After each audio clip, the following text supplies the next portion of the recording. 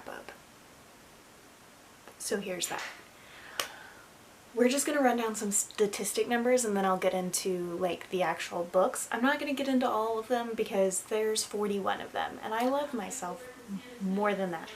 So I read 41 books, like I said, 16,000 pages. My average rating was a 4 altogether, which means it was a really good book. I acquired 18 books because the library's closed. And I read 3 books that were own voices. I read 20 fantasy books, 6 horror books, 5 sci-fi, 4 thriller, 2 contemporary, 1 historical, 1 mystery, and 1 paranormal book. I read 13 physical and 22 ebooks, 18 adult, 19 young adult, 3 middle grade, and 1 new adult book. My tablet is right here with my statistics. So if you see me looking down, that's what that is. 27 of them were cisgendered authors. 1 was a genderqueer author, which would be Sarah Gailey's When We Were Magic.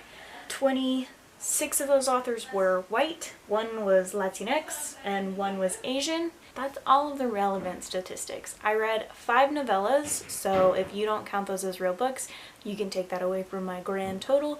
I will not be doing that because I like having large reading numbers. I have read a total of 124 books this year. So yeah, I don't have a total reading time as of yet. I can give you an estimate. It just will not include today. Today is the last day of April and I'm still got some reading to do. So let's see here.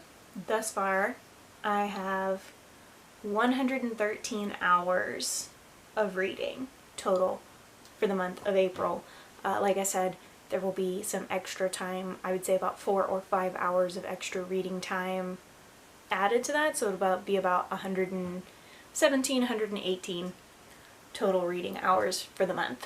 It was very not confusing, but conflicting on what to rate my best and worst book because I had already written down what I felt were my best and worst books for the month, and then I read 2 books that could have replaced both the best and worst books, which is sad. My original best book rating was Witches of Ash and Ruin by E. Latimer.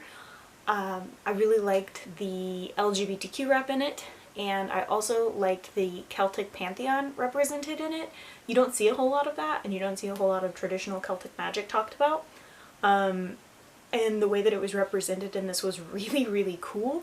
Also, mentions of like conversion therapy in the church and that kind of thing was done really well, and I felt like it was all very well researched. It feels like it's the beginning of a series though, and I'm hoping that it is because I would like to read more. The second best book, again prior to yesterday, was Chain of Gold, so by Cassandra Clare. It's the new one in the Shadowhunters series. I did rate it really highly. I enjoyed it so much. The romance in it was beautiful. The characters were well written, and I enjoyed that book a lot. The book that I read yesterday that I would class as one of my best books this month would be The Gracier. A lot of people don't rate that book really well. It made me feel a lot of emotions. I felt like it did a good job of representing femininity and how people fear it in the church especially. I really enjoyed that representation.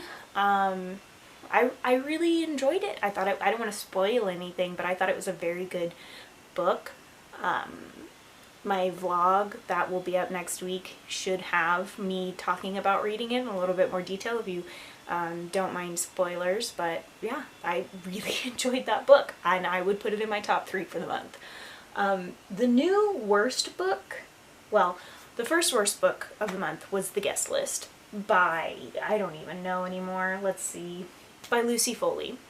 I don't like that I didn't know who was dead until the end of the book, because it set up every one of the characters as a potential murderer, which made every one of the characters unlikable.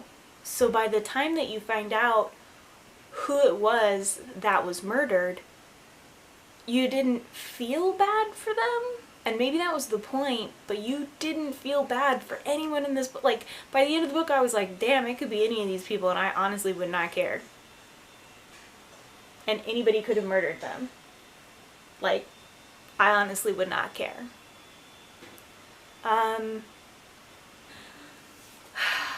I really hated that book. I didn't enjoy it at all. I had to read like 3 thrillers to like wash my mouth of the taste. The book after that I didn't enjoy, and I feel really bad because I had asked for like a really gory, really good thriller, and this was one that was suggested to me on Goodreads. I hated it. Would be The Cabin at the End of the World by Paul Tremblay. It had so much useless information in it that I didn't care about. You could have taken out 50% of that book and I still would have gotten the gist of it. And you know what? At the end of the book, I was not satisfied. I was like, I have to decide for myself how this ends? You built all of this up and now I have to decide for myself how it ends? No, I don't like that. I don't care for that at all. So yeah, I gave it a 1.5 stars, which is pretty low for me. I very rarely will rate anything below a 2-star read. Yeah. Didn't like that at all. I did read 7, 8, 9, 10 books by Anne McCaffrey this month, and 6 by Cassandra Clare. So 6 in the Shadowhunter series and then 10 in the Dragon Riders of Pern series. I will never do that again because I'm trying to get through the Dragon Riders of Pern novellas still, and I'm over it because I've read too much of it all at once. I'm kind of feeling the same way about the Shadowhunter series. Luckily, I only have about 4 of those books left,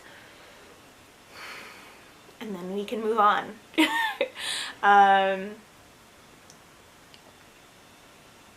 That's it. That's my wrap. I'm not going to read every single one of the books, tell you about every single one of the books I read this month, because there was 41 of them, and I do love myself more than that.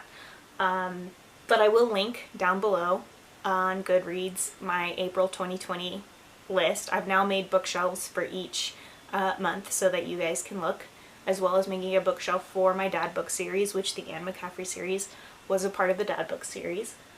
I am already crafting a relatively long TBR for May because it is my birthday month also.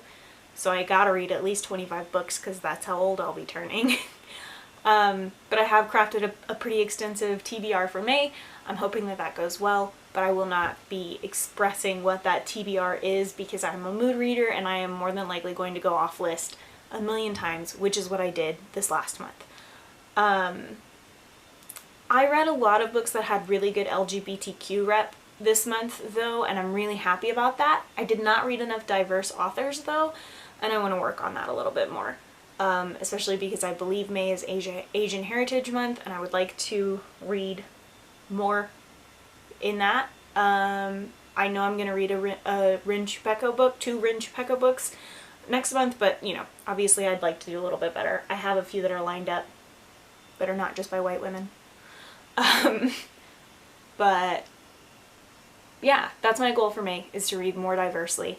It's been my goal for the year, is to actively try to read more diversely, but it feels like all of the books that have been suggested to me are by cisgendered, white, straight women, and so I am working on going out of my way to find books that don't fall into that category. Yeah, that's it. That's the wrap up. You guys asked for it. I don't know if this is what you expected. Did you expect me to do a speed round of where I read all of the books that I read this month? Because I could. Okay, speed round of all of the books that I read in April, because I'm going to see if I can do it. City of Lost Souls by Cassandra Clare. I rated it 3 stars. We Unleash the Merciless Storm by Taylor K. Mayha, 5 stars. Witches of Ash and Ruin by E. Latimer, 4 stars. The Dead House by Don Kurtich, 4 stars. Anna K. by Jenny Lee, 4 stars. The Amber Spyglass by Philip Pullman, 4 stars. The White Dragon by Anne McCaffrey, 5 stars. The Other Mist by Mary Kubeka, 5 stars. The Whisper Man by Alex North, 5 stars. When We Were Magic, Sarah Gailey, 5 stars. The Guest List by Lucy Foley, 1.5 stars. Baby Teeth by Zoja Stage, 4 stars. Starsight by Brandon Sanderson, 5 stars. The Woman in the Window by AJ Finn, 5 stars. Clockwork Princess by Cassandra Clare, 4 stars. Moretta by Anne McCaffrey, 3.5 stars. The Song of Achilles by Madeline Miller, 4 stars. Cersei was better. City of Heavenly Fire by Cassandra Clare was 5 stars. Chain of Gold by Cassandra Clare was 5 stars. Call Down the Hawk by Maggie Stafffighter was 5 stars. Narilka's Story by Anne McCaffrey was 2.5 stars. Dragon's Dawn by Anne McCaffrey was 4 stars. Tales from the Shadowhunters Academy by Cassandra Clare was 3.5 stars, because it was hella long. A Court of Mist and Fury by Sarah J. Maas was 4.5 stars. Ink Death by Cornelia Funk was 4.5 stars. Stargirl by Jerry Spinelli was 5 stars.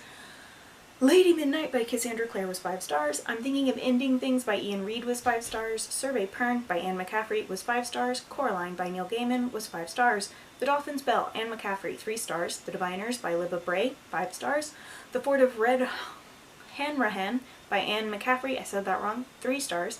After the Fire by Will Hill was 5 stars. The Cabin at the End of the World by Paul Tremblay, 1.5 stars. Wicked Saints by Emily A. Duncan was 2.5 stars because it felt like the Grisha trilogy. A Court of Wings and Ruin by Sarah J. Maas was 5 stars. The Second Wear by Anne McCaffrey was 3 stars. Rescue Run by Anne McCaffrey, 3 stars. The Grace Year by Kim Liggett was 5 stars. And that is 41 books in the month of April. Bye. That's the wrap up. I hope you guys enjoyed. Have a great rest of your week. I will see you next week. Don't forget to like, subscribe, share, follow me on the things that are listed below, or do none of those things. Whatever you want to do. Like I've mentioned before, at 100 subscribers I will be doing a giveaway, so be on the lookout for that.